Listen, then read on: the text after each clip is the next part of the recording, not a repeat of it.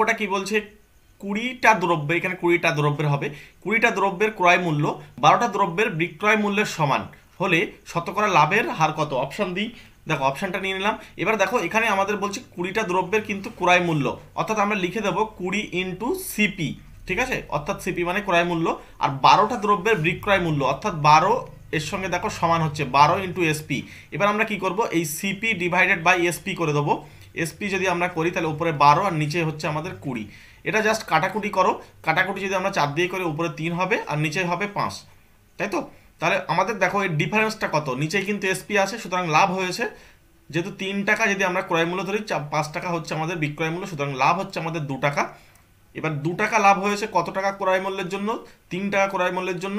তাহলে 1 টাকায় কত হচ্ছে? 3 টাকায় হচ্ছে 2 টাকা, তাহলে 1 টাকায় হচ্ছে 2/3, আর 100 টাকায় কত? একদম সঙ্গে সঙ্গে এখানে 100 লিখে দাও, ঠিক আছে? কাটাকুটি করো, দেখো অপশান সি কিন্তু রাইট অ্যান্সার হয়ে যাচ্ছে এখানে।